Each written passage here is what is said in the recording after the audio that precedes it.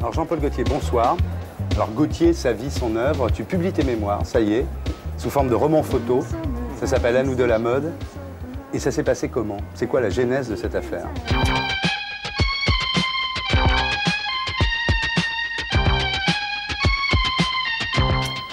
Ce qui s'est passé, c'est que on m'avait déjà proposé plusieurs fois de faire un livre, d'écrire un livre.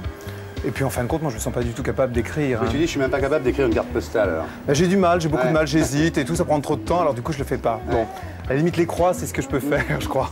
On a eu un coup de fil après, je crois de Françoise Verny, disant justement qu'elle voulait faire un livre ou que j'écrive un livre. Et moi je lui ai dit c'est impossible. Alors il y avait la ressource bien sûr du nègre. Ouais. Que j'apprécie pas tellement, parce qu'en fin de compte, c'est un peu mentir, quoi. Ouais.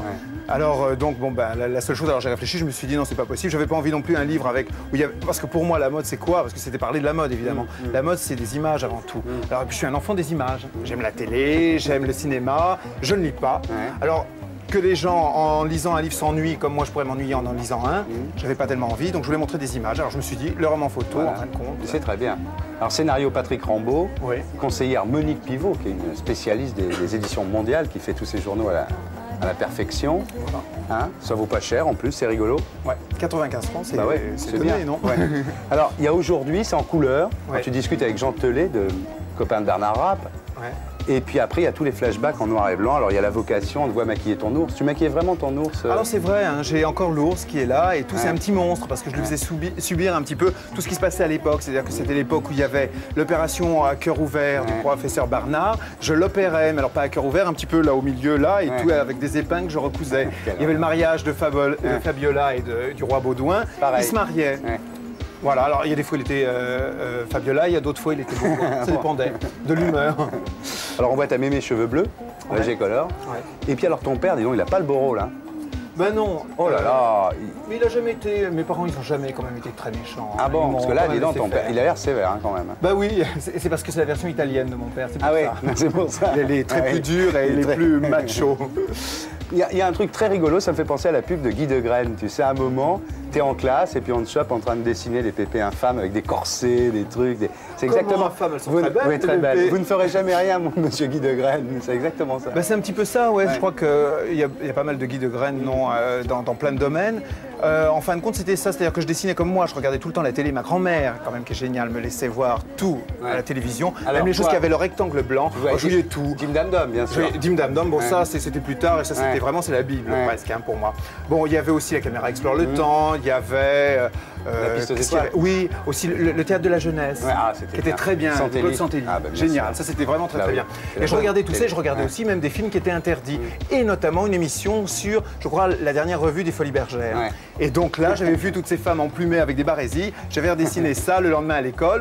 Bon, et puis ça n'avait pas tellement plu, quoi, l'institutrice. Alors du coup, elle m'avait fait faire tout le tour pour montrer le dessin que j'avais fait, mais moi j'étais fier. Bon, alors on te souhaite beaucoup de succès avec ce bouquin, plus qu'avec ton disque.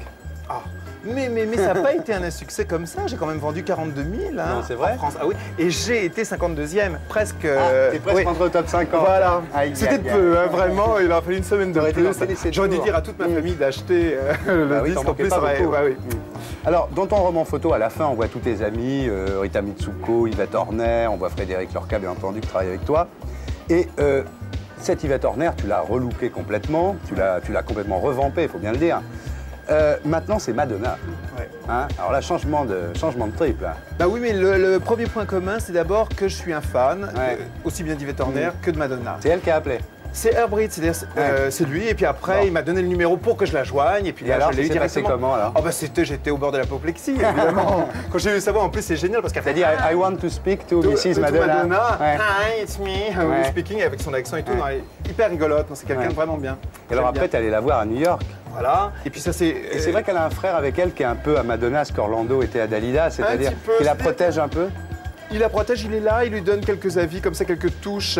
Mais elle fait ce qu'elle veut. Enfin, je dois dire quand même, c'est assez étonnant parce que c'est elle est absolument pas dirigée. C'est elle qui décide, qui dit ça va, ça va pas, je veux ça. C'est elle qui est produit, par exemple, son prochain tour.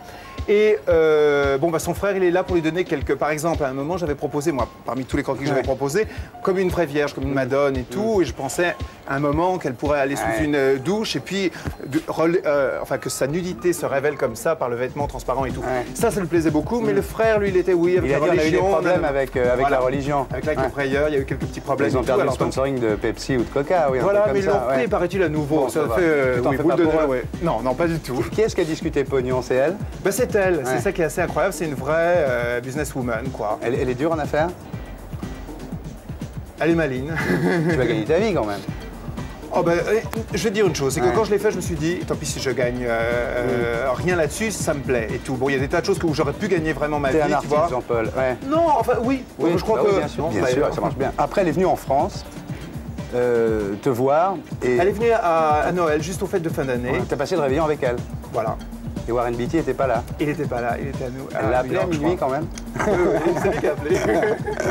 Et alors, quand elle allait faire les essayages, elle avait perdu 6 kilos. Ben voilà, c'est ça. C'est-à-dire Ouais. que après, parce qu'elle faisait tout l'entraînement et tout, ce qu'il y a de génial quand même et d'incroyable, c'est qu'elle s'entraîne tous les jours. Bon, ça c'était la préparation aussi de son show. Et je crois que dans sa vie de tous les jours, elle est hyper, tu vois, genre health food, Ah ouais. végétarienne, Terrible. macrobiotique Ouais. même, de l'eau, sauf un martini de temps en temps. Ouais. Et Elle fait combien de taille? Ah, écoute, j'ai pas les mesures en tête. Enfin, je peux te dire qu'elle a une petite taille, qu'elle est merveilleusement Petit proportionnée. 38 quoi.